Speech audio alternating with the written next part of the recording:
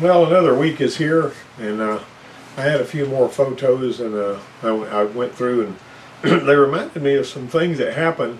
Excuse my voice. You ever had one of those things where you had laryngitis, but that was the only thing wrong? Didn't have a sore throat or anything else, but I'm coming out of that. It was worse yesterday than it was today, and so I wanted to get you guys set up for this other video. This is another bunch from the photo bank, and what you're seeing right here. What really happened in this picture was there was a student that had the brake shoes off of the vehicle, and he mashed the brake, not realizing that if the brake drums aren't on there to keep the shoes from going out too far, you're going to kind of blow a wheel cylinder. And so I took a picture of that as this kind of an object lesson.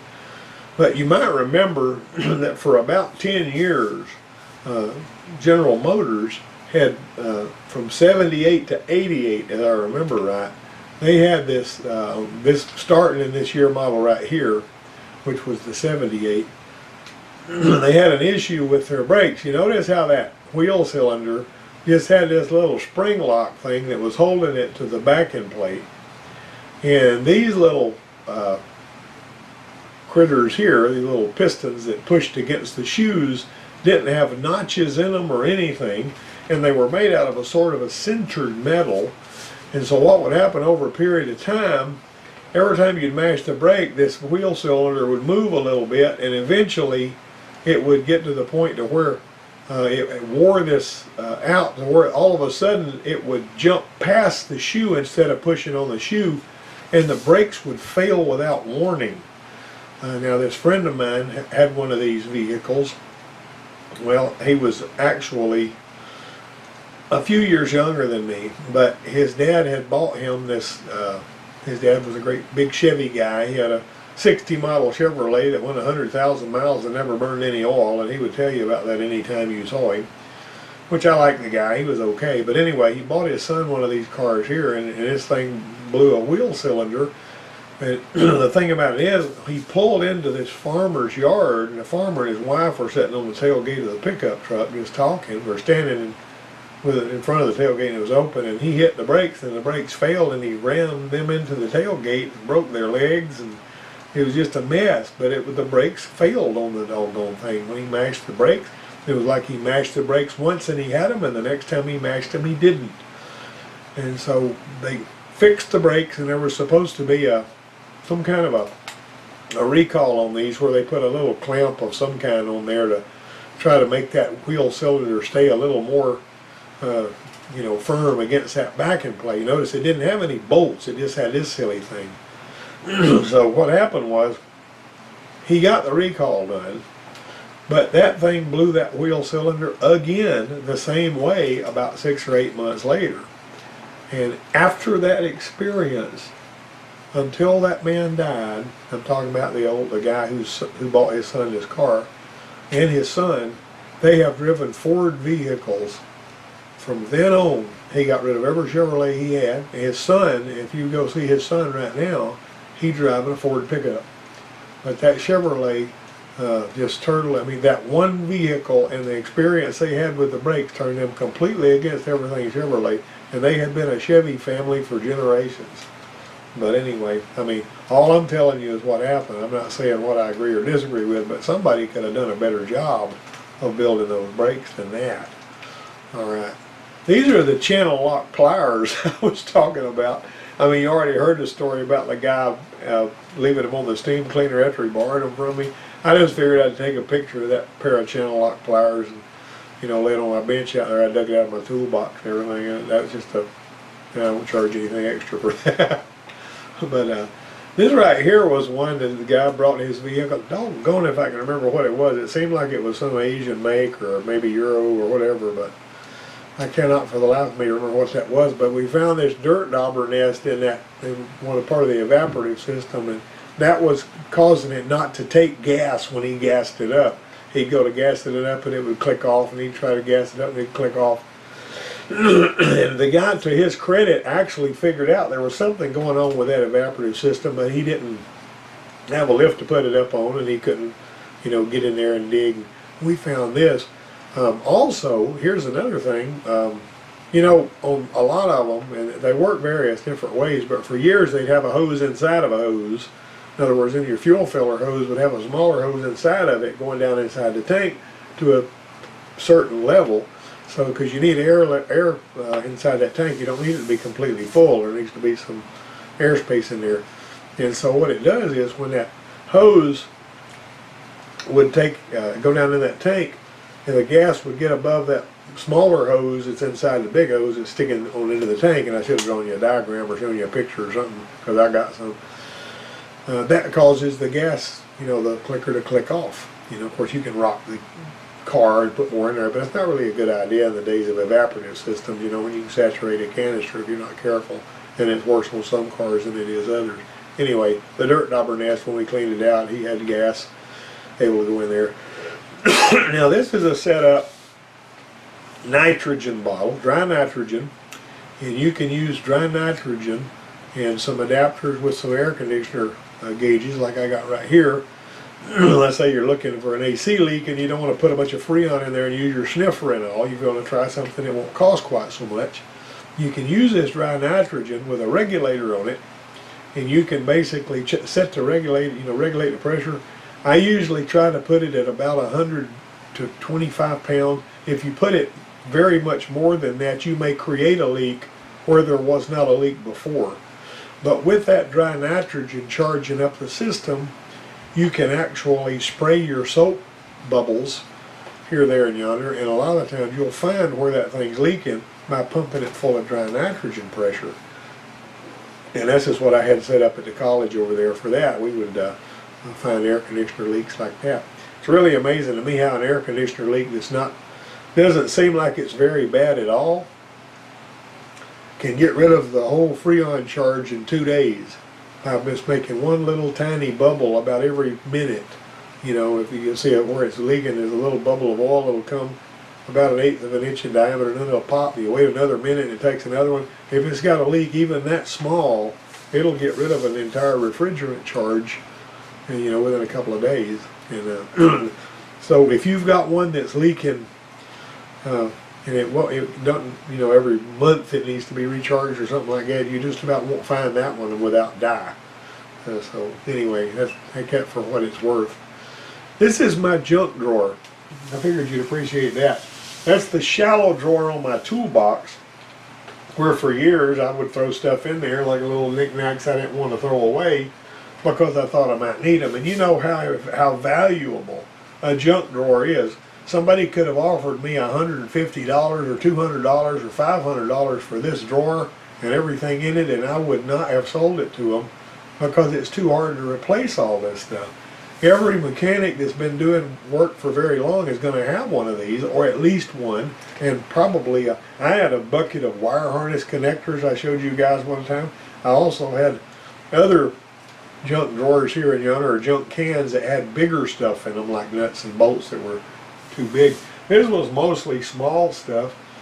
That's an ignition module from an 89 or a 90 model Ford Probe, and it died on me. The way I found that one was I drove it until it quit and didn't have any spark, and I pulled the windshield washer hose, put it over there close to the distributor, and operated the windshield washer and let that windshield washer stuff just wet the distributor down real good and cool it off, and then I fired it up and drove it back to the shop.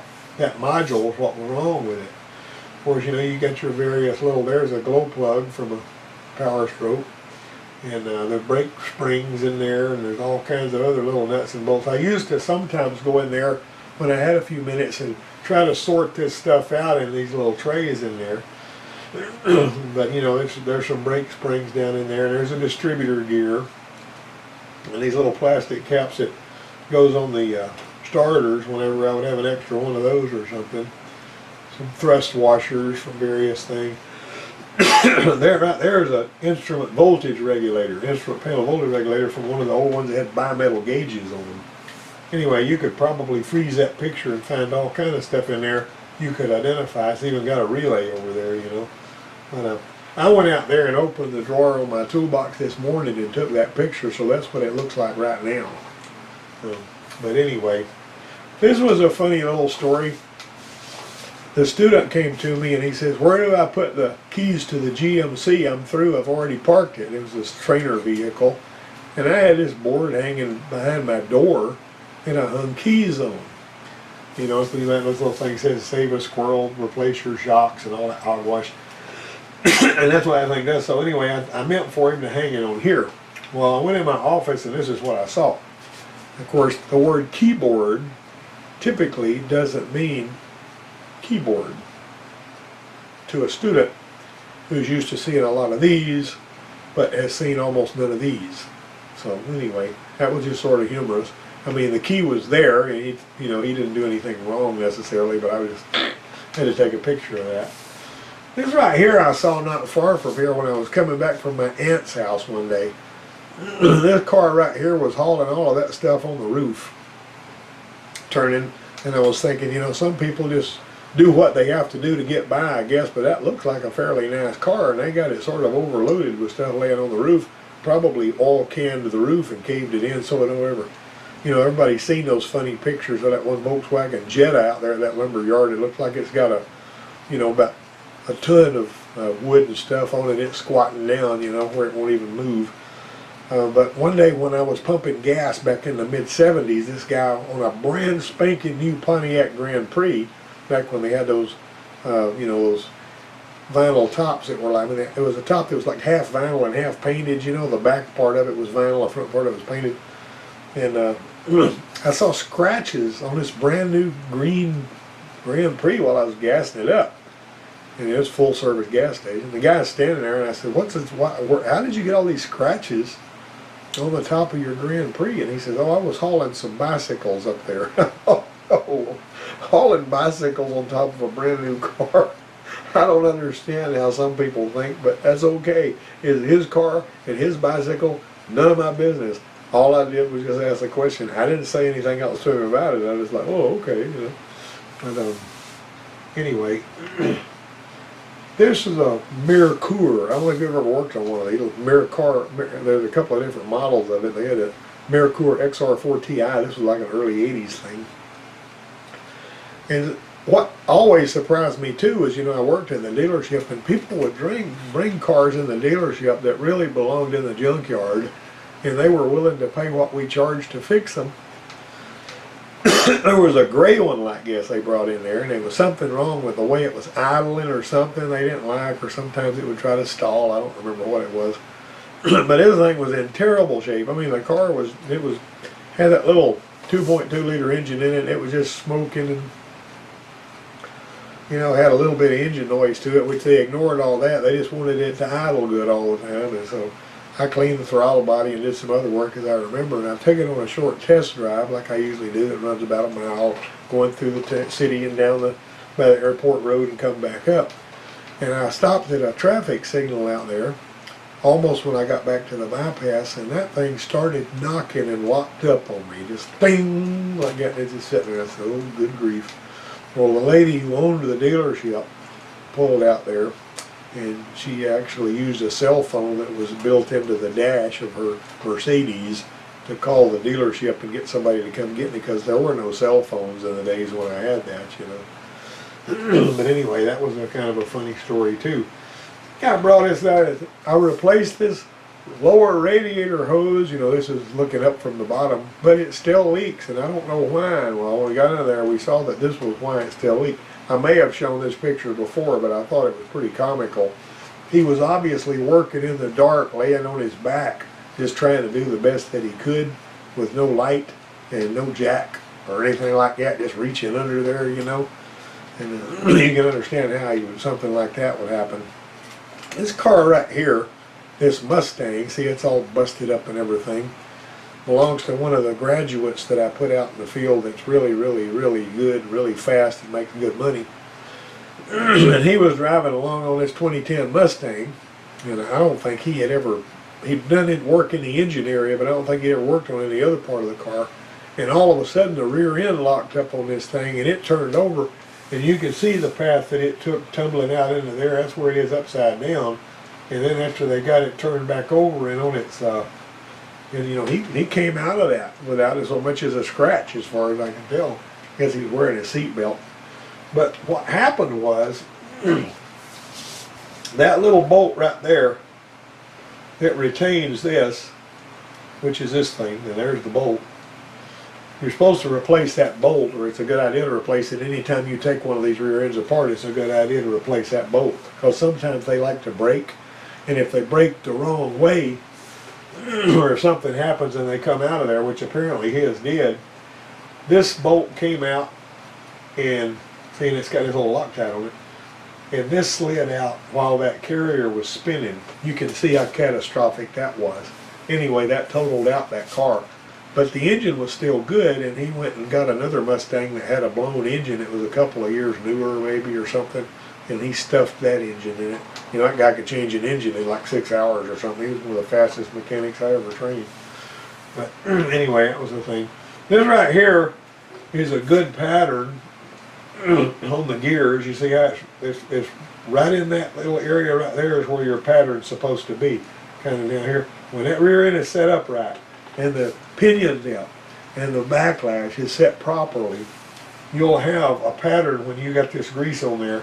When you turn it through, you'll see a pattern that looks just like that.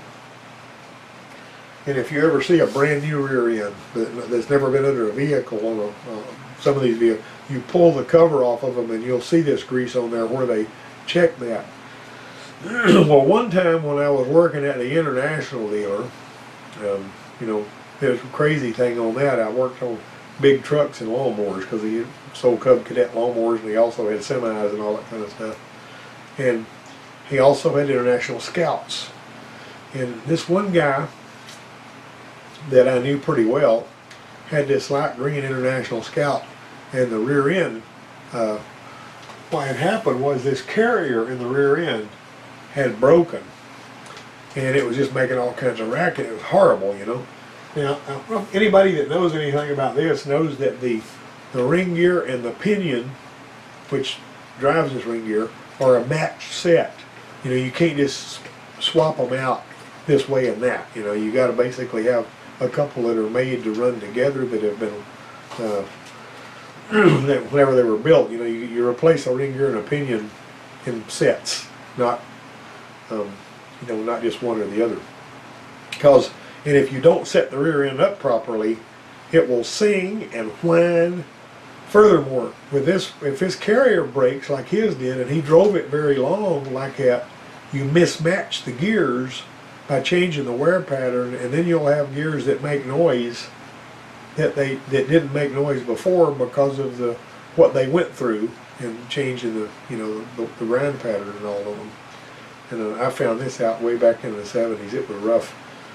You know, the first time I ever put a ring gear and pinion in, I said, well, this is just bolts and nuts. I can make this happen. So I put it all together and drove that thing, and boy, it sung and whined and all that. And I had to go back and, you know, go through a quick school of myself and learn how to set that thing up where it wouldn't do that. But anyway, the long and the short of it is, the preload on the bearings is important. There's a whole lot to this. It's not just as simple as popping up, you know, that thing in there. But anyway, that's the pattern you're looking for. Now, on the International Scout, I asked the guy that owned the Scout, I says, how long did you drive this thing with these gears making all that racket? I said, oh, I drove it almost not at all. I said, well, we're going to take a chance and just replace the carrier and use your same ring gear and pinion. Doofy me, I should have sold him a ring gear and pinion. Gears can make noise even if you don't see anything wrong with them.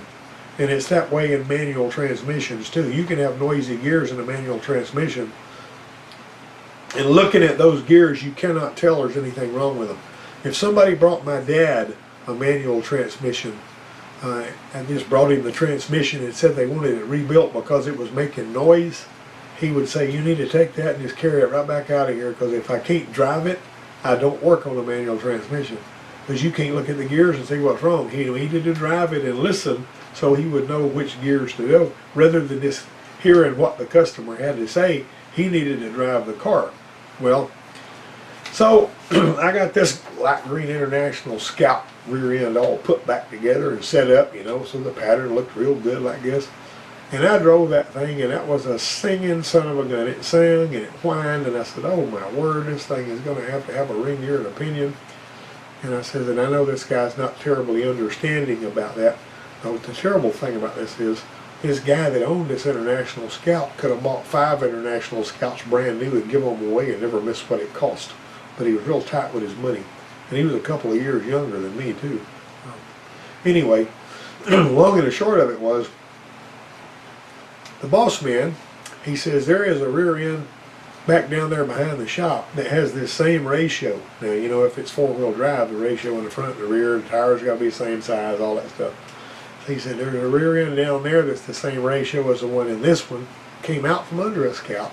Go down there and get the ring gear and pinion out of that one and put them in there. So I went down there and took the cover off of that thing, and it was full of water and had been for a while. And man, the gears were rusted and pitted.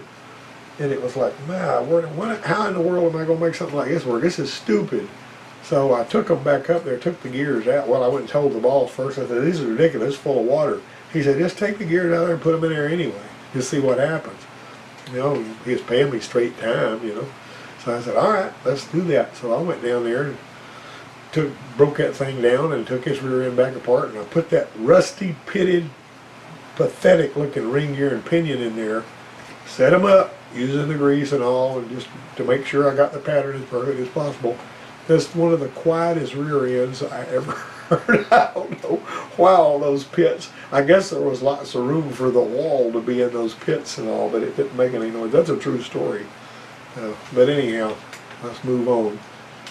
Every now and then you'll hear a fan vibrating under the dash, you know, boom, boom, boom, like that, and you'll find crud like this in there. Sometimes you'll find dead critters in there like rats or something like that got killed by the centrifugal force when somebody turned on the fan. Anyway, that's a mess. Usually it's not that hard to straighten out unless it's already, you know, caused some damage because of the out of balance condition.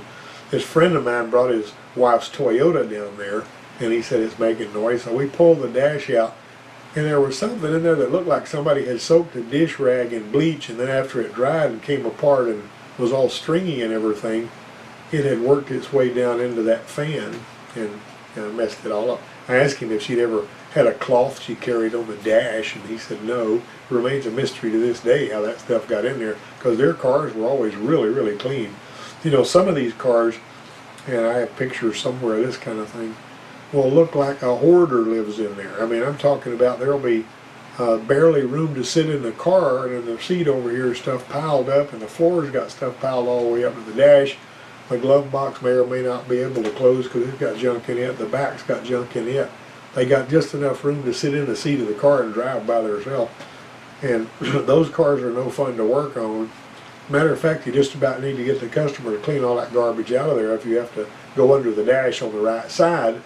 And then sometimes we would see vehicles that had roaches in them and stuff like that, or overrun with sugar ants. And it's just dreadful. But anyhow, let's move on here. This right here was an overrunning clutch pulley that was making a horrible racket on the alternator. You know, first time we ran into one of those, I didn't have a, you know, nowadays when you buy a replacement overrunning clutch pulley, they'll send you a little, looks like a little piece of a 17 millimeter Allen wrench to screw it out of there. But I brazed a 10 millimeter bolt, which is a 17 millimeter head, into an old impact socket, and made me a, you know, when you're trying to weld something like a socket, it doesn't hold up as good as brazing it. And I've still got that tool out there somewhere, but you just put it in there and spin it, you know, bust it. I had one that I made for myself back when I was working at the bug dealership, because the 17 millimeter transmission oil fill plug was, you know, an Allen, like a 17 millimeter Allen, and I basically just built me one with a socket like that. But it takes the same size as this, and so I took that one apart. There's springs in there and all that, and you know, I could spend a bunch of time talking about overrunning alternator pulleys, but those things can go bad, and you don't have to replace the entire alternator. You can just replace the pulley if you're so inclined, you know. You'll notice that it's an overrunning pulley because it will just have a blind plastic plug where you would usually see the nut. And then when you pull that blind plastic plug on the end of the pulley off, then you see the Allen. And there may be some in there that's got different kind of retainers, but the ones I've seen have them 17 millimeter Allens. This was a buggy. My dad had that bug shop, you know, Bought this buggy for $100, cobbled an engine together and stabbed it in there, and had us big time riding that thing. Man, I jumped terraces on this thing, just did all kinds of stuff. It was loads of fun. And so it was sitting out in the yard, and I happened to be home one day, and this guy named Steve Tucker came by. And he stopped and he walked, knocked on the door, and I don't remember why I was in the house, but I came out and he goes, I want to see if you'd sell me that buggy. And I said, well, I don't know if I want to sell it or not. So anyway, I called my dad over at his shop. And, because we had like $100 invested in this thing. Now, this was back in the early 70s, whatever. And I asked my dad about it, and he said, just make him a price on it. And make him a big price that you don't think he'll pay if you don't want to sell it. Well, that really wasn't good advice, Dad. So I told this guy at the time, I figured, well, if I have 100 in it and I sell it for 400, then I've made some really good money, and he's probably not going to want to pay that anyway for it. Now, you got to remember, any vehicle in Alabama that before 1975 didn't have to have a title. All you needed was a bill of sale. Even today, if a vehicle is more than 25 years old in Alabama, you don't have to have a title. Didn't need a title for this. All he needed was to, when I said $400, he peels off four $100 bills, puts them in my hand, and drives away on my buggy, and I was kicking myself because I could have probably said $1,000 and he'd have paid me that for it. But one way or another, the worst part about selling something is, if you can't replace whatever you sold fairly easily, you spend the money and then you don't have the money or what you sold. So, whatever. That's how that came to part. This right here is a little plastic board that I built with a door lock actuator, a couple of buttons, some relays on it. And, I actually have put a video on my YouTube channel about wiring up the motor.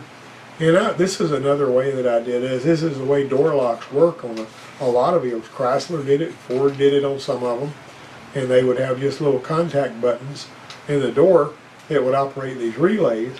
And this is basically how it's wired up. All right. Now, watch us draw this. We got to power up the buttons first. We powered up both buttons with 12 volts. Then we're going to go to the relay coil on each relay.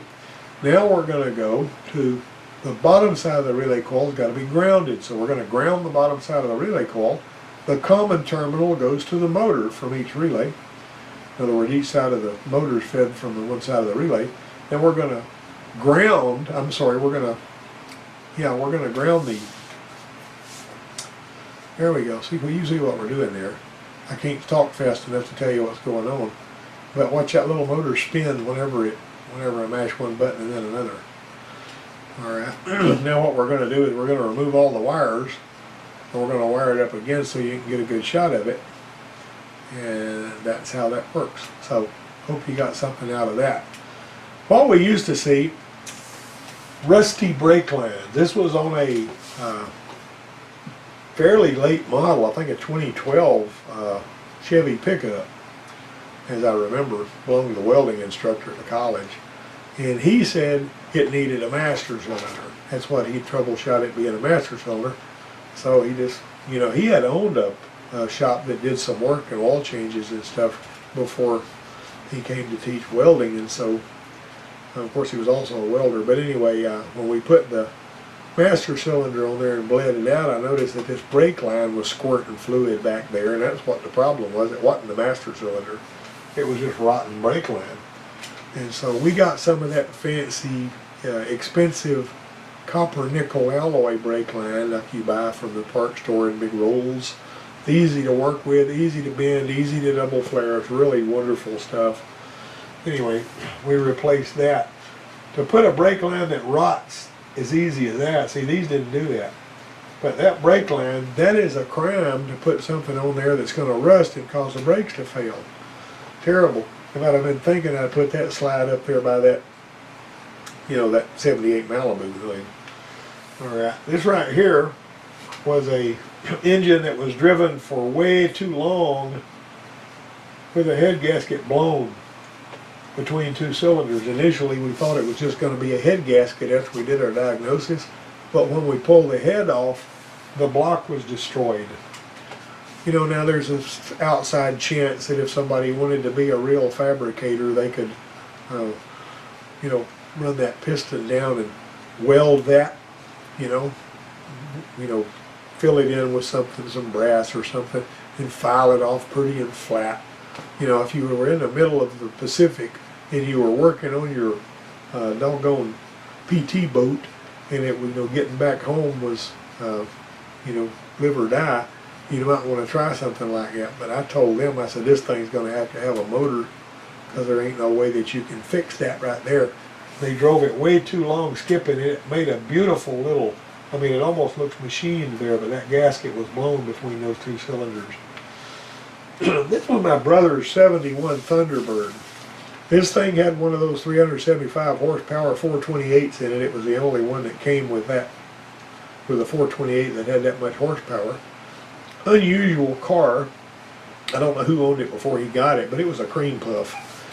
And this thing basically had you could look, the engine, the valve covers, and the oil pan had never been off of this thing. Now, anybody that's done a lot of work on older cars can look at the paint that's on the edges of the gaskets. You can tell that it's never been taken apart. And also the, I serviced the transmission one time, and you remember these old C6 transmissions had a screen, kind of like what a Nissan, or some of these Nissans has now in them, under there, and you could either replace the screen or just clean it. But it wasn't a very fine screen, as you know, transmission filters go. And whoever owned this car had taken the carcass of an old transmission oil filter from the C6 and modified it and put one of those beautiful little, you know, the one like a 727 torque flat uses, the little transmission filter with the 3 screws. He put that in there to modify that thing where it would have a better transmission filter than it came with. I mean, the car was just like a brand new car all the way through. Well, my brother was driving it one night. It had a lot of miles on it, but it ran good. And so he was driving along, and all of a sudden it just quit. Boom! It just stopped. And so I went and got it. We dragged it back to over there to my dad's shop, and I investigated it. And what had happened was the timing chain. You remember the plastic timing chain, you know, land gear. The plastic had come off the timing chain and got in the oil pump, locked up the oil pump, stopped the camshaft from turning. And well, it stopped the oil pump, and then it chipped the gears off the oil pump and the camshaft, destroyed the camshaft, destroyed the the distributor. You know, had that rod coming out going down to the oil pump. So I went ahead and, you know, of course, back in those days, my brother always felt like I needed to do all the work on his car for free, you know. And, you know, my dad experienced some of that too. And so I pulled the intake off, pulled the valve covers off, pulled the rocker arm and push rods out, pulled the front off of it, pulled the pan off of it, and got a camshaft and a distributor from a salvage yard. I took the oil pump apart and found the little sliver of plastic that had seized it up, cleaned that out, put it back together, and put the pan back on it and filled it up with oil, put the new camshaft in, just set it all back up, you know. And I could tell, but what I was going to say about this car was the inside of that engine was so clean. I'm telling you, there was not a speck of anything anywhere. The inside of that engine, you'd have thought that was a brand spanking new engine.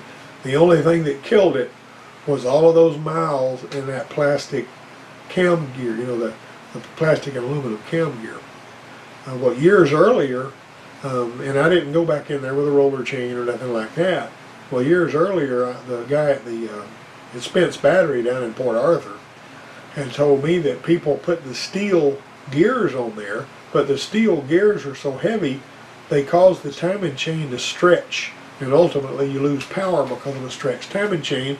If you put the steel gear on there, you don't have as long of a life. Now, it's not going to shell the plastic off and get in the oil pump like sometimes they would, at what happened to this one. But the steel gear cost $20 at the time, and the plastic one was $23. And so he said, well, if if it costs more for an aluminum and plastic one, why would the OEM put that on there? Because you build 1 million cars, you spent $3 million spending an extra $3 on that gear. You know, it's just a... So anyway, I put the plastic gear back in there with a new timing chain and a replacement camshaft and blah, blah, blah, all that kind of stuff. Anyway, I got that one going again. That was an interesting little odyssey. But he eventually sold that car to somebody else, you know. But that was a really, really sweet ride. And it drove and rode like a cloud. This right here is torquing the caliper bracket bolts. And a lot of you guys probably do this, but if you don't torque the caliper bracket bolts, if you never looked up the torque, it's surprising how high the torque is on those sometimes. You might be surprised how much torque is required, and some people will just tighten those up with an end wrench, or just, you know, tighten them up. They'll feel like, well, they'd be IH, you know. But those things right there have got to be really, really tight. It's not a bad idea to put some kind of blue thread locker. Don't use the red thread locker, I use the blue. Because, you know, the blue will let you take it back out. The red thread locker is a little too strong, you know. But the long and the short of it is, you need to use a torque wrench and go by specs when you're putting that caliper bracket back on there. Now, the ones of you guys that have already done this, or if you use your good strong impact wrench, you'll probably feel like it's okay. I taught my students to use a torque wrench on that, and I also taught them to use a torque wrench on lug nuts. The thing about it is, a lot of that goes out the window when they go to work at a shop where everybody's just slamming the, you know, lug nuts on with an impact wrench and all that. This was a cheap Autocraft Pitman arm puller. I'm going to pull this Pitman arm off here, and you can see what happened. Start pulling it off, this thing gives way. It looks strong, but it wasn't, and it spread out, and I had to get a better Pitman arm puller to get that Pitman off. Now, you don't want to be banging on this down here with a hammer to try to break that loose, because up in that steering gear is stuff that you can destroy that way and even bust the cap off the top. So beating on this is not something you need to be doing. You need to be really careful about that. You got to have a good one of these though. Sometimes it'll pull off pretty easy with that one or one like that one, but you need a quality tool if you're going to get it off. Sometimes the tools that we were able to buy at the local parts house were of this, you know, when I was at the college, were of this stripe here, and we were over there working on that. This right here was a bottle of wine. I went to teach a electronic diesel class at the Southwest Regional Automotive Trade Show in Houston, Texas in 2003. I was one of their presenters. And when I went into the hotel room that I had, you know, that they put me up in, because they were paying for my room, this bottle was sitting there with my name on it and a little note. And I says, what the heck is that doing there? And so the guy that had hired me for a previous engagement was there at that one too. He didn't hire me for that one. The people that were putting on the trade show did. But anyway, I says, what in the world did they put a bottle of wine in my room for, you know? Because I don't drink. I've never drank. Even in high school, I didn't drink. Everybody I ran with drank. I didn't like the taste of the stuff. I saw a lot of them get sick and throw up, and I just didn't see any point in it. I was a designated driver a lot of the times because of that. But whenever I told him, he knew me well enough to where I said, look at that bottle of wine they put in there. And he goes, yeah, they wasted that on you, didn't they? But what happened, I kept that thing for until last year, I think, and gave it away to one of my friends that was a wine drinker. But anyway, now this one right here, this is where I used to drink coffee every day. I used to drink coffee all the time. I drink coffee and I drink tea, but I don't drink any kind of liquor. And I'm not judging anybody that does. I'm just a person that don't do that. Never have. But anyway, I hope you enjoyed this video. Had a few little stories to tell. And I'll have you something else to chew on next time we meet. In the meantime, we'll talk to you later.